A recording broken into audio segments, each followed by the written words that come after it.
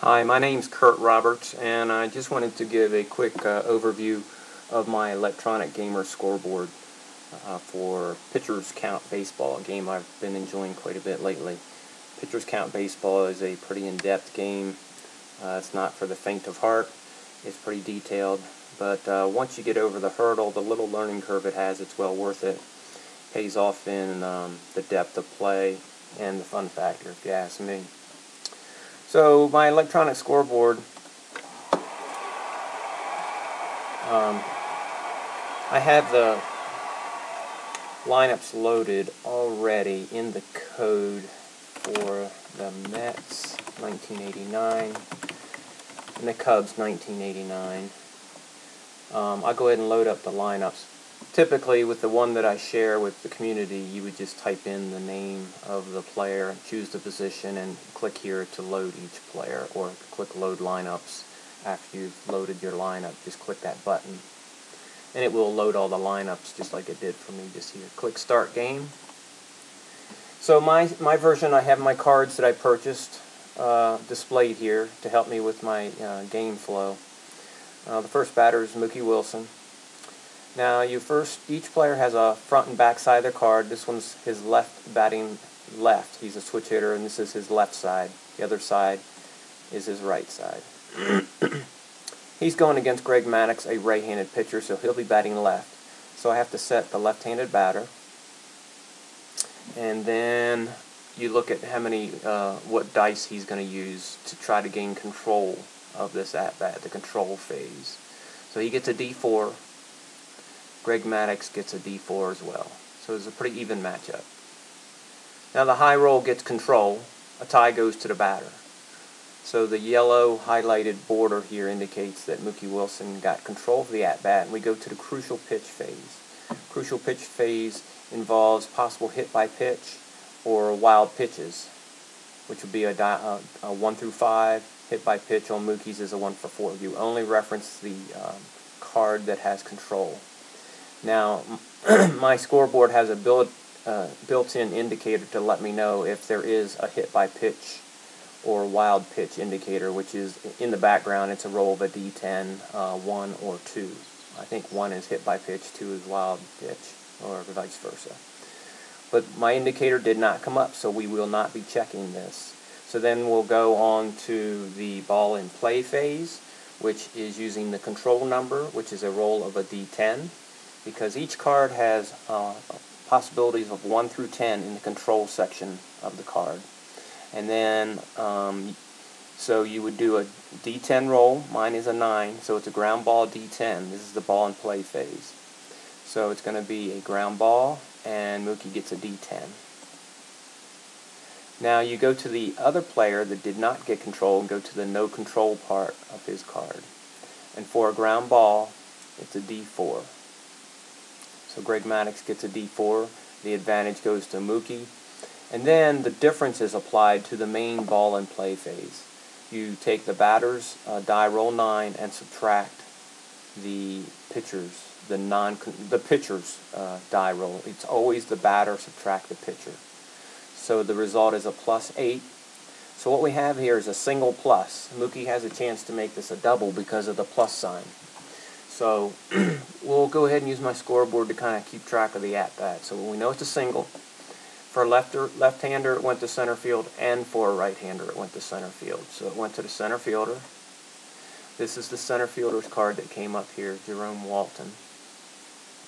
So for a plus situation, Mookie has a chance of getting a double. So what I'm going to do is look at his 1 plus, single plus column. For ground balls, he gets a value of 19. And you can figure this out. It's all based on the charts. The charts can be accessed by hitting the right arrow. Base running charts, we're going to be doing the plus chart for this type of hit. Because we know it was a single plus. I should have clicked here. It's a single plus. So Mookie's card, single plus, for ground ball, he gets a 19. So you can do the formula here, but I have it right here as well. I'll just put in 19. Now we just need to reference the center fielder Jerome Walton's hold and arm rating. So I'll bring up the team charts. And Jerome Walton in center field has a hold of 3 and an arm of -1. All we do is put that in here, and it'll do the calculations the same as the chart does. So we had a D20 roll of 1, and for the arm you'll subtract 1, so the net is 0. Now if this number falls within 1 to, falls underneath the SF calculation, which has automatically been done for us, he does get the extra base. So in this case, we've computed the plus factor plus the hold for the outfielder and his arm, and we've done the D20 roll plus the arm.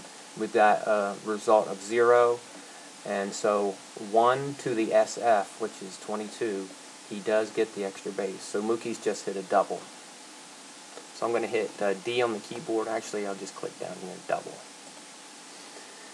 Okay, so we have Mookie Wilson on second base, and we do have a automatic steal feature built into the game, but with him on second base right now, the game's just starting. I'm not even going to check that. Greg Jeffries is the batter. He's a switch hitter. He'll be batting to left against Greg Maddux. He'll get a D10 against Greg Maddox's D4. Advantage batter, and he does get control. So what we want to do, and I think I forgot this on the first at-bat, is in the crucial pitch phase, not only do you check hit by pitch and wild pitch, again my indicator did not come up, you also need to check the D100. 41 with bases empty, nothing, runner on first, nothing, scoring position 1, which is first and second, runner on third. Again, that's our situation right here. This is for runners on second and third right here. So the number 41 does not fall into any range. That's the end of the crucial pitch phase. So then we go into the ball and play phase using the control number 3. It's a ground ball, and he gets a D8. So it'll be a ground ball, and he gets a D8. And for the no control player, you look at their no control section, and he gets a ground ball D4. So he'll get a die roll 4. It's a net 0. So what we have is an out or fielder's choice. And this 75% indicates that 75% of the time you're going to get your fielder's choice. And that 75% of the time is determined by the D100 being underneath 75, which it is. So we're going to get a fielder's choice. For a left-handed batter, he has hit it to the second baseman. So we have a successful fielder's choice. He's hit it to the second baseman. The fielder's choice would indicate that Mookie Wilson was out at second base. Out going to third base. Now, I'm not completely good on all the rules. I would say I'm about 80, 85, maybe 90%. But on this case, I may have to look it up, but I don't want to waste time. But it does indicate a fielder's choice. I would think Mookie Wilson was out going to third. So I'm going to call this an out. And I'll just click in the outs area to register an out. Remove Mookie Wilson. And that batter was Greg Jeffries. We'll put Greg Jeffries on first base. Next batter up, Keith Hernandez. He's a left-handed batter. He gets a D6 against Greg Maddux with his D4. Now Greg Maddux is really good against right-handers. He gets a D16 roll. But against lefties, he's susceptible. So with left-handed batter, we've got the result. The control went to the pitcher on this one. So we'll do the crucial pitch phase. There is no indicator for hit by pitch or wild pitch. So we go to the D100 number 48 and check it against runner on first. It does not fall into that. So we go to the ball and play phase using the control number 4. It'll be a ground ball with a D5 roll for Maddux. The no control section, ground ball D5. The result is a 2 and under the ground ball column. So it's an out, and it's a left-handed batter to the second baseman. The gray shaded area indicates we're going to do a range check on the second baseman, Ryan Sandberg. Ryan Sandberg. So the range check is just to see if he makes the play successfully, and that's for the gray shaded areas. So we'll bring up the fielding chart for Ryan Sandberg. His range factor is 0. So that'll factor into the range check. The range check here for a ground ball out, we'll be looking here. We'll use the D20 roll of 7 and add the range factor of 0 from Sandberg. So it's a 7, so it is an out. Use the left arrow key to go to navigate the charts back to the main chart. So it's an out. Grounder to the second baseman, indicating that it wasn't a fielder's choice, so Jeffries will get second base. So we'll put Jeffries on second and register an out on Keith Hernandez's ground ball to second base. Next up is Darryl Strawberry. He's a left-handed batter. And let's see, he gets a D10 against a D4. He gets control. We have no hit by pitch or wild pitch indicator. 56, runner in scoring position, nothing. So we go to the ball and play phase, control number 9, line drive, and he gets a D6 roll. Maddox, line drive, he gets a D3. He got lucky because he only rolled a 1 on the batter. So the pitcher rolled a 3, gives it a -2. So we have a double play or a fielder's choice. 50% of the time it will be the better result. So if it was less than 2 outs, you could get a double play at 50% or less. Again, you referenced the D100. In this case, it would not have been a double play because it's over 50. Anyway, it's a fielder's choice. He's grounded out to the third baseman. So it's an out to the third baseman. And this is just an area to keep track of the at-bat. So I'll go ahead and register the out, and that's it for the top of the first. Dwight Gooden is now pitching for the Mets against Jerome Walton, who is a center fielder, bats right. And Gooden gets a D8 against right-handed. And he gets a D10. So Jerome got control. We have a wild pitch check indicator that came up. We would check in this area here for a wild pitch. There is none. Doesn't matter with runners not on base anyway. We go to the D100. Empty. It does not fall in that range, so we go to the control number for the ball and play phase. It's a ground ball, D5. So he gets a D5, ground ball. Dwight Gooden's card on a ground ball, he gets a D6. So what we have here is an out for a right-handed batter to the third baseman. The fielder's choice does not come into play because bases are empty. So it was an out to the third baseman. So we'll register the out. Next up is Mitch Webster. He is a left-handed batter. He gets a D8 against a righty. And against the lefty, Dwight is a D10.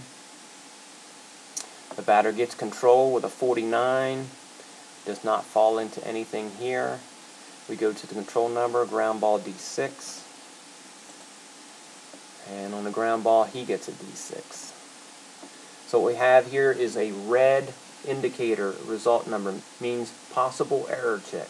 But my error indicator did not come up, so we don't do an error check. It's nobody's on base, so it's basically a ground ball out. For a lefty, it went to the second baseman. And like I said, the red indicates potential error, but we had the indicator did not come up on the D20 roll in the background.